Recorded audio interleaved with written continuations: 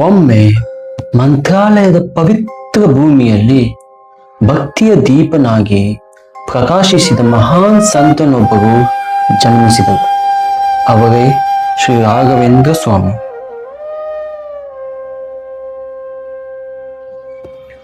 ಬಾಲ್ಯದಲ್ಲೇ ವೇದಗಳು ಶಾಸ್ತ್ರಗಳು ಅವರ ಹೃದಯದಲ್ಲಿ ಅರಳಿದವು. ಜ್ಞಾನ ಮಾತ್ರವಲ್ಲ, ಅಪಾರ ಕರುಣೆ ಮತ್ತು ದಯೆ ಅವರ ಗುರುತು. ಗುರುಗಳ ಆದೇಶದಂತೆ ಸನ್ಯಾಸ ಸ್ವೀಕರಿಸಿದ ರಾಘವೇಂದ್ರ ಸ್ವಾಮಿಗಳು ಜನರ ದುಃಖ ಸಂಕಟಗಳನ್ನು ನಿವಾರಿಸಲು ತಮ್ಮ ಜೀವನವನ್ನೇ ಅರ್ಪಿಸಿದರು. ಮಂತ್ರಾಲಯದಲ್ಲಿ ನೆಲೆಸಿದ ಅವರು, ನಾನು ಇಲ್ಲಿ ಭಕ್ತರ ರಕ್ಷಣೆಗೆ ಸದಾ ಇರುತ್ತೇನೆ ಎಂದು ವಾಗ್ದಾನ ಮಾಡಿದರು.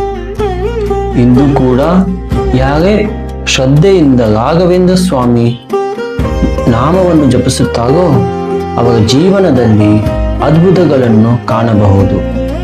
ಗುರು ರಾಘವೇಂದ್ರಾಯ ನಮಃ ಎಂದು ಕರೆಯುವ ಪ್ರತಿಯೊಬ್ಬ ಭಕ್ತರಿಗೆ ಅವರು ಇಂದಿಗೂ ಜೀವಂತ ಗುರುಗಳು.